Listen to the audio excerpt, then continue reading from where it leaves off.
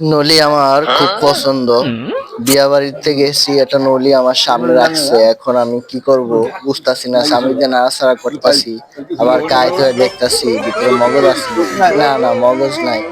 তারপর আবার রাইখা দিলাম। তারপরও আমার ভিতরে মগজ খাওয়ার যে একটা লোভ কাজ করতেছিল। তারপর আবার ওটা নেড়ে ছেড়ে দেখতাছি।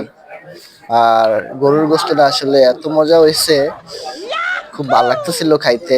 তারপর আবার আমার নলির ভিতরে নজরটা গেল, উকি মেরে দেখতেছি ভিতরে কোনো মগজ আছে কিনা। না, কোনো মগজ পাওয়া যাইতেছে না। কি করা যায়? তারপরে ওয়াটারকে বললাম যে আপনি একটা নলির ব্যবস্থা করেন। উনি কইতেছে স্যার আমি দেখতাছি, আপনি একটু বাড়িটার ভিতরে নাড়া দিয়ে দেখেন, ওই যে এখানে একটা নলির মতো আছে। পরে আমি নাড়া দিয়ে দেখতাছি, আসলে ওটা নলি না, সাধারণ একটা হাড্ডি। ওটা আমার বুঝাইতেছে হাড্ডি হলো